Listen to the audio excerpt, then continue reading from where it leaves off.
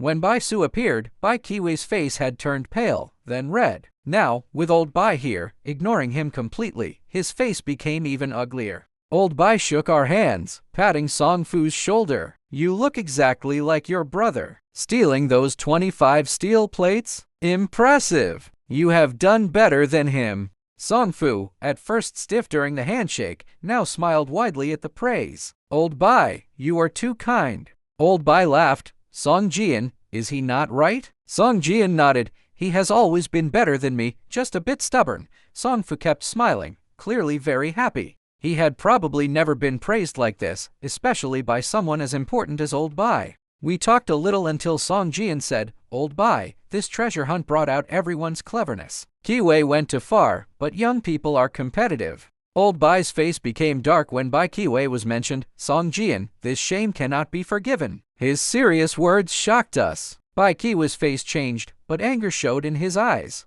"If I went too far, they would be dead already, who fell into my hands many times." His words made me angry. I said back coldly, "Bai, you have been in our hands many times too. Have you forgotten that?" He made a sound. "If not for my father just now, you would be." "Shut up!" Old Bai shouted. Bai Kiwei stood tall. "Fine, I will not talk." Old Bai's face was like iron. "You beast!" He moved to slap him, but Song Fu moved fast, pushing Bai Kiwei aside and blocking the hit with his hand. Their hands met with a loud sound. Song Fu stumbled back a step, while Old Bai stood firm. Song Fu's face changed a little. "Old Bai, wait, are you asking for mercy for this bad person?" Old Bai asked. Song Fu said, "He is not a child. If he is wrong, punish him in a way that makes him understand." Song Jian agreed. "Well said." Song Fu continued, "I have an idea to make him accept defeat." Song Jian urged, "Tell us." Song Fu smiled.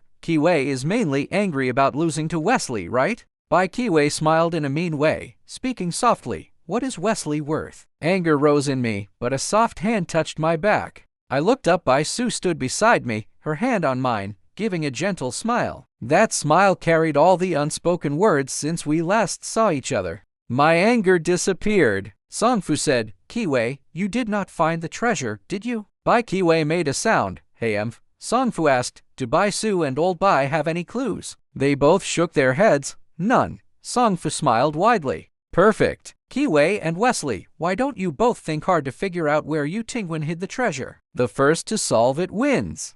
I stopped. I had no idea where the treasure was. Looking at Bai Kiwei, his surprised face told me he was just as lost. But I was not going to give up. "Fine," I said, "much more civilized than fighting." Bai Kiwei said sharply, "Agreed." Song Fu laughed softly. "It's settled. We can all think about it, but no sharing ideas with Kiwei or Wesley." Old Bai nodded. "Let him lose once. It will make him less arrogant." Bai Kiwei said, "Father, do you think I cannot beat him?" Old Bai gave a bitter smile. "I would be very happy if you could, but I doubt it." Bai Kiwei became quiet. Song Fu said, "Let's head to the hill with the stone markers." Bai Su added, "Our supplies and food are there too." Our group headed towards the hill with the stone markers, talking along the way. We told Old Bai about our adventures, and he and Bai Su shared their journey to Texel Island. The two strange water lines we had seen from the Ring of Islands Ridge were Old Bai and Bai Su, using a small underwater device Old Bai designed, tied to their backs for fast movement in water. Old Bai had set up the volcano hole with strong explosives and placed more along the shore, timed to explode together, pretending it was a real eruption. I noticed Song Fu almost interrupted several times but stopped himself, probably out of respect for Old Bai. I knew he wanted to warn that this could wake up a sleeping volcano, as he had mentioned before. We reached the hilltop after dark. Old Bai and Bai Su's tents were perfect for us. Bai Su and Red chatted and laughed, clearly getting along well. We lit a large campfire, sat around it, and ate dry food. From Song Fu and Bai Kiwei's talk, I learned that Bai Kiwei and Ricardo had opened the iron chest with great effort only to find it empty. Very angry, Ricardo locked Bai Kiwei up. The two explosions broke the buildings, allowing him to escape. Not knowing Old Bai and Bai Su had arrived, he had run into us while going to check the volcano hole. We talked past midnight. Bai Su and Red went to sleep in a tent, while we men prepared to sleep under the stars. Suddenly, a deep, quiet rumbling sound came from the ground, shaking us deeply. Then, a red light shot into the sky from a nearby hill, like a fiery spear going through the heavens. We stopped, shocked. The light faded quickly, followed by a hissing sound as thick smoke rose up.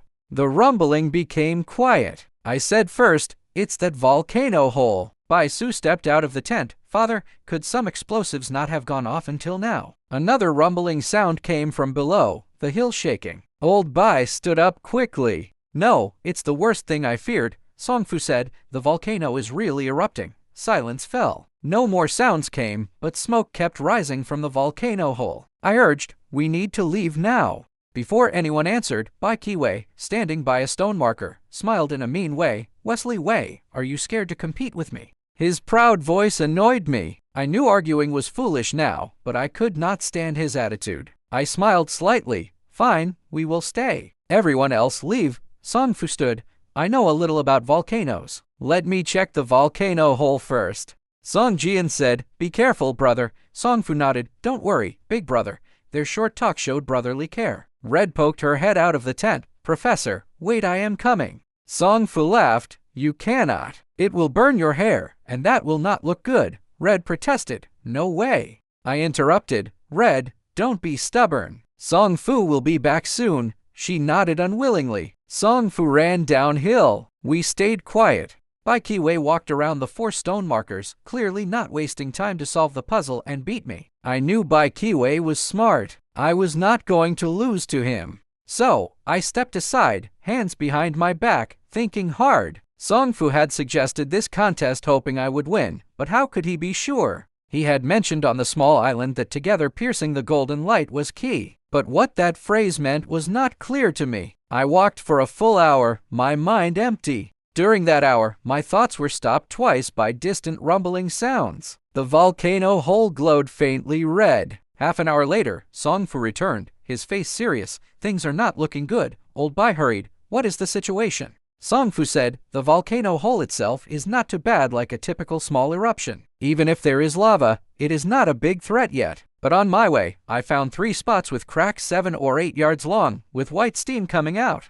Old Bai's face became serious. "You are saying the whole island might be a volcanic area?" Songfu replied, "I cannot be sure, but it looks like that." Old Bai walked around. "I think I should stay alone." Song Jian protested. "No way! This is not just about Bai Kiwei and Wesley's competition. We are here for the money of the 7 gangs and 18 treasuries. If we leave together." Old Bai said, "If the island is sitting on a volcanic area, we might not even get a chance to escape." I looked at Bai Kiwei. "I am staying." Bai Su called out, "You." Facing Bai Kiwei's slightly pale face, I said, "Staying here tests not just brains, but courage." Bai Su said sharply, "That's reckless bravery." I smiled. "We don't know if it's really that bad yet." She stomped her foot. "Father, look at him."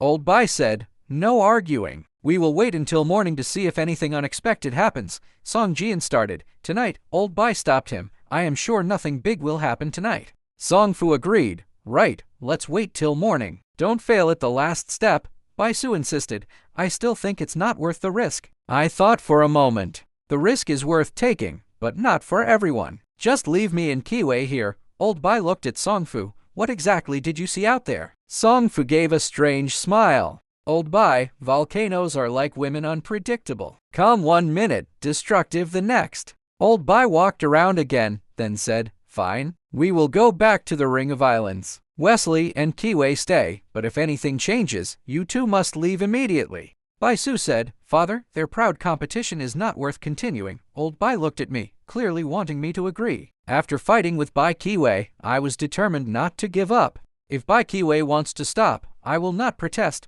From a few yards away, Bai Kiwei shouted. We agreed. "Who is backing out now?" Old Bai's face became hard. "All right, we will leave Texel Island first." Bai Su looked very worried. I knew staying on an island with a waking volcano was extremely dangerous, but with Bai Kiwei showing no fear, I could not afford to look weak. I came close to Bai Su and whispered, "Don't worry. I promise, if things become bad, I will forget this fight and leave Texel Island fast." She forced a smile. As the others packed to leave, not noticing us, she whispered, "Do you have any clues?" I shook my head. She said, "Father and I studied it. The key is in together piercing the golden light, and..." She seemed ready to share more, but I stopped her. "Don't tell me." She blinked, confused. "Why?" "It would help you." "It would," I said, "but my competition with your brother needs to be fair." I don't want an advantage. I am not less than him, and if I win, I want it to be clear. Baisu looked at me, her face shining with admiration. She lowered her head, speaking softly. I did not judge you wrongly. Her cheeks turned red, and with a shy smile, she quickly left to pack. My heart felt full of unspoken sweetness as I watched her busy shape, lost in thought. Soon, the others went down the small peak and left Texel Island. I stood at the top of the hill, watching until they disappeared, then turned. Bai Kiwei seemed to not notice anything, deep in thought. His finger rested in the hole of the phoenix-carved stone marker, his eyebrows wrinkled, deeply focused. Seeing his focus, I controlled my scattered thoughts. I could not afford to be behind. He had been thinking for hours while I had not even started. I had to catch up fast. I walked to a stone marker carved with a dragon. My hand touched its surface as I quietly repeated the words cut into the 25 steel plates, saying them over a dozen times. My mind remained empty. I agreed the key was in together piercing the golden light, but what did together piercing mean? And golden light? If golden light meant beams of light, then together piercing suggested the 4 eye holes of the stone markers letting light pass through at the same time. But Bai Kiwei's method, following this logic, had only found an empty chest. Yu Tingwen's secret words held a deeper secret, simple once solved, but very confusing until then. I stood by the stone marker, lost in thought, putting my finger into the dragon's eye hole without thinking. After a moment, I noticed something. The hole was angled, making it look like an oval, like an eye. That angle explained why Bai Kiwei's flashlight, shone through the hole from the front, cast light onto the distant ground. If I shone the light from the back of the stone marker, it would shoot upward. The treasure could not be in the sky, but this hill was not the island's highest. A strong light passing through all 4 stone markers' holes might meet at another peak, forming a central point. Could such a beam be called golden light? My heart beat fast with excitement. I stepped away, grabbing a flashlight old Bai had left, which worked by pedaling, its light very bright. I set it by the dragon stone marker, pedaling to make a strong light. My actions caught Bai Kiwei's eye. He looked over coldly, smiling in a mean way. What, not enough empty chests for you? I ignored him, putting the flashlight at the front of the stone marker's eye hole. The light hit the spot Bai Kiwei had dug the empty chest's location.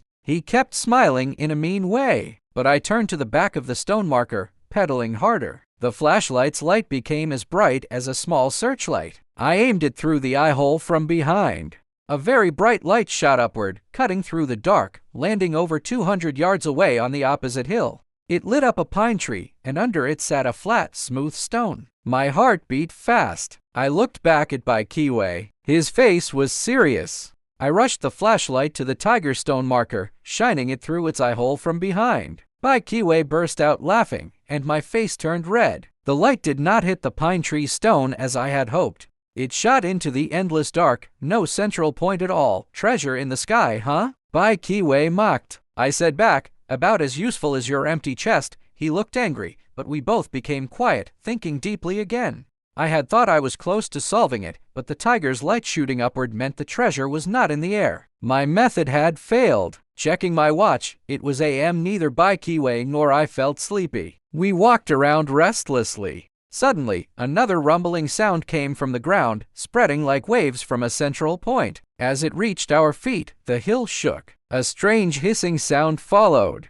Looking out, white steam rose from several spots across the island. I noticed a stream below our hill, its water draining very fast, as if the stream had cracked. Very quickly, it was dry, showing ugly stones under the moonlight. Frogs hopped without a clear direction, making croaking sounds. Bai Kiwei and I both saw the stream dry up. We looked at each other, could not speak. Then, old Bai's radio made a crackling sound with a beep.